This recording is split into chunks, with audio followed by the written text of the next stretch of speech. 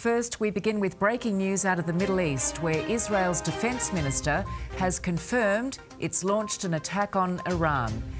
A short time ago, the United States military began major combat operations in Iran. There would be no victory for anybody. It would be a devastating war. He's saying it up front. This is war. This is a big deal. He's gone. So here's the question nobody is asking out loud. If Iran launched that many missiles at that many targets across the Gulf, why did so few of them actually hit anything meaningful? But here's what nobody is connecting. Multiple sources with knowledge of U.S. Cyber Command operations are now indicating that before the first American bomb fell on Tehran, a separate, silent operation was already underway, not in the skies, not on the ground, deep inside Iran's missile guidance and communications infrastructure, a cyber strike, precise, devastating, and designed to do one thing: make Iran's most feared weapons fire blind.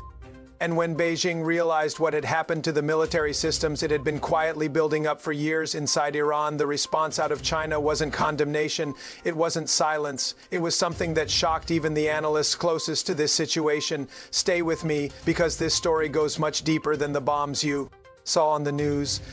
Let's rewind to the morning of the strikes. It's AM local time in Tehran. The attack is deliberately timed for daylight, something no one anticipated, including seasoned military analysts who had been preparing for a nighttime operation for weeks. Within hours, the picture emerging from the Gulf was extraordinary. Iran launched what it described as its first large-scale retaliatory wave, 35 ballistic missiles toward Israel, strikes confirmed at Alston Air Base in Kuwait, Al Afra in the Way, Al Udeid in Qatar, the U.S. Navy's 5th Fleet headquarters in Bahrain.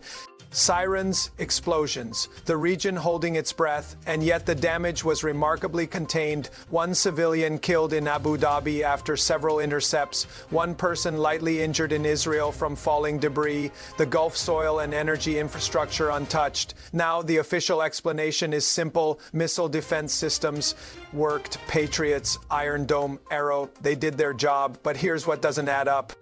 Iran didn't fire 35 missiles because it expected all of them to be intercepted. Iran fired 35 missiles because historically saturation strikes are designed to overwhelm layered defenses. You flood the sky with projectiles so that some inevitably punch through. That is the entire logic behind Iran's missile doctrine. Doctrine it has spent 2 decades and billions of dollars perfecting. So why, on the most consequential day in the Islamic Republic's modern history, did that doctrine produce such minimal results? Qatar intercepted its missiles cleanly, the way intercepted several. Even Bahrain, which showed footage of what appeared to be a successful hit, reported no casualties at critical military installations. The intercept rates were, by any historical standard, unusually high. And that is the detail that intelligence analysts are now quietly pulling apart. To understand what may have happened, you need to understand how modern missile networks actually operate. Iran's ballistic missile program, one of the largest and most sophisticated in the Middle East, doesn't just rely on physical launchers and propellant. It relies on an integrated web of communications, targeting data, GPS spoofing countermeasures, encrypted command and control links, and radar handoffs between ground stations. It is, in military terminology, a networked kill chain, and a networked kill chain has one critical vulnerability. If you can get inside the network, not to destroy it, but to quietly corrupt it, you don't need to shoot down every missile after it launches. You make the missile not know where it's going before it ever leaves the ground. This is not hypothetical. The United States and Israel demonstrated exactly this capability during Operation Olympic Games, the Stuxnet operation against Iran's nuclear centrifuges more than 15 years ago. That operation didn't blow anything up. It made machines malfunction while appearing to function normally. The Iranians didn't, even though it was happening for months. What sources are now pointing to is a next-generation version of that same approach, but applied not to centrifuges, to missile guidance systems, targeting uplinks, and encrypted command frequencies across Iran's Zerg launch infrastructure. The timing is significant. The internet blackout that NetBlocks reported across Iran wasn't just the government shutting down social media to control the narrative. A near-total internet shutdown of that scale, implemented that quickly, is also consistent with emergency network isolation, the kind of move a military command makes when it suspects its communications infrastructure has been penetrated and doesn't want to give an adversary further access or visibility into what's broken. In other Words, Iran may have gone dark not just to hide the damage from the world. It may have gone dark because it was trying to figure out what had been done to it. Now here is where this story takes a turn that no one in mainstream coverage has properly addressed.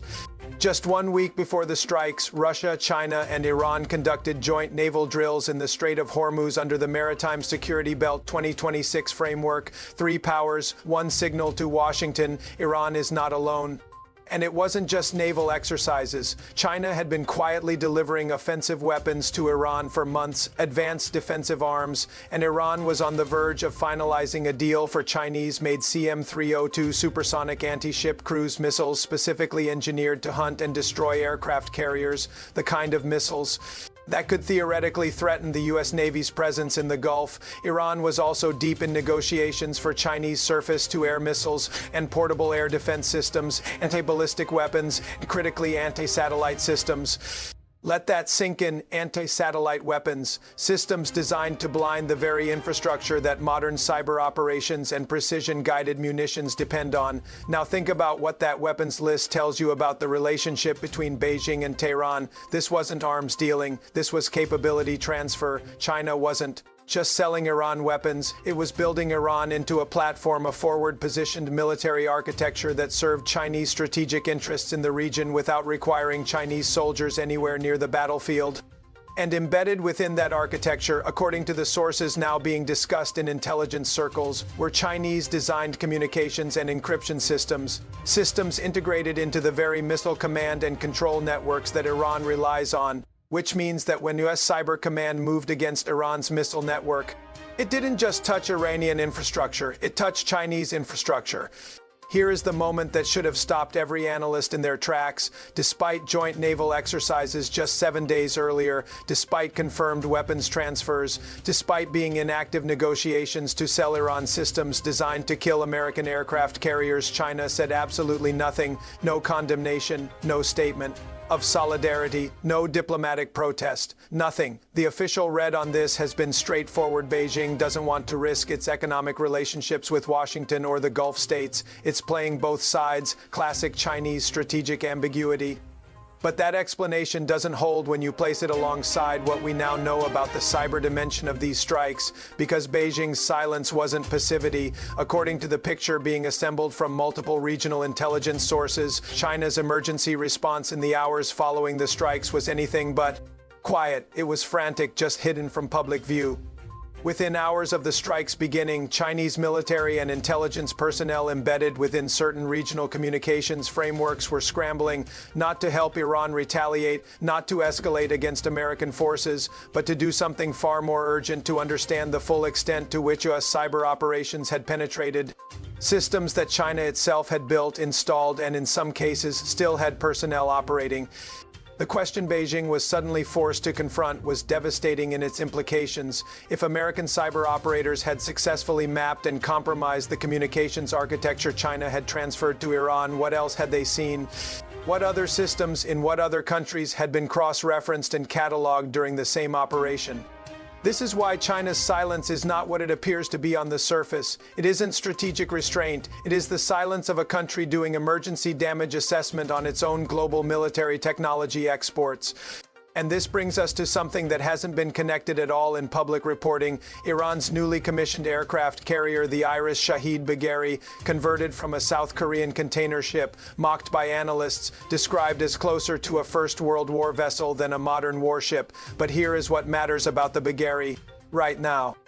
That carrier is equipped with cruise anti-ship missiles, signals intelligence systems, passive electromagnetic listening technology, and reportedly the ability to deploy remote drone submarines. And it was designed from the beginning to operate as a drone carrier, launching swarms of Shahd-type UAVs and kamikaze drones at surface targets like us Navy carrier groups in the Gulf.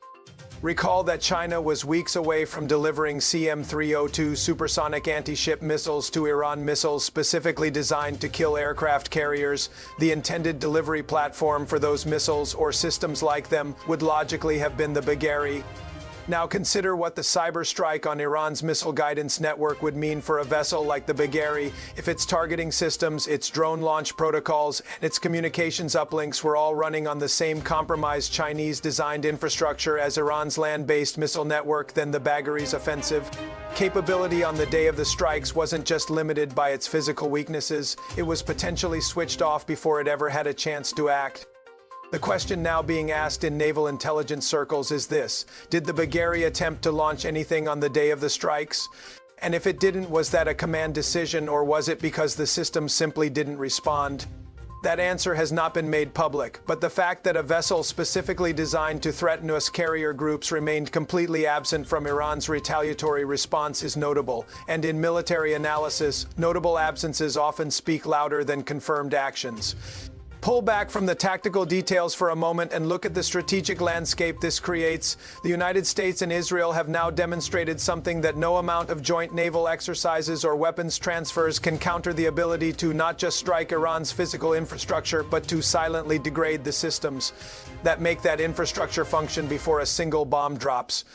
For China, this is not just a Middle Eastern problem. Beijing has spent years building military technology relationships across the developing world with Pakistan, with Myanmar, with various African states, with partners across Southeast Asia. In every one of those relationships, the assumption has been that Chinese communications and military systems are secure, proprietary, and shielded from Western intelligence penetration. That assumption now has a very large question mark hanging over it. And the Gulf states, Saudi Arabia, the way Qatar, Bahrain are watching all of this with extraordinary attention, because those nations have their own calculations to make. They've been buying American weapons systems for decades. They've been deepening defense cooperation with Washington, and now they've just watched Iran's retaliatory strike, which should have been overwhelming land with the impact of a significantly degraded force.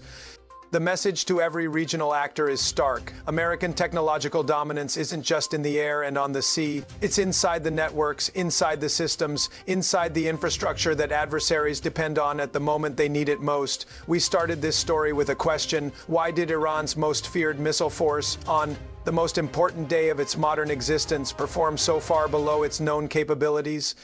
The official answer will always be missile defense, Patriots, Arrow, Iron Dome.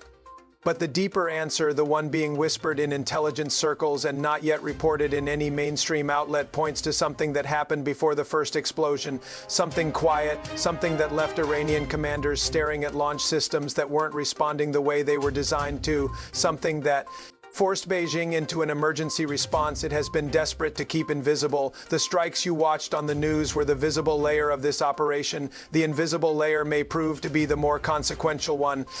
Because if the United States has truly demonstrated the ability to silently compromise the military technology that China exports to its partners, then the balance of power in every theater where Chinese-equipped forces operate just shifted in ways that won't be visible on any map, and China's frantic, silent scramble in the hours after these strikes. That reaction tells you everything about whether Beijing believes this happened. They didn't issue a statement because they were too busy checking their own systems.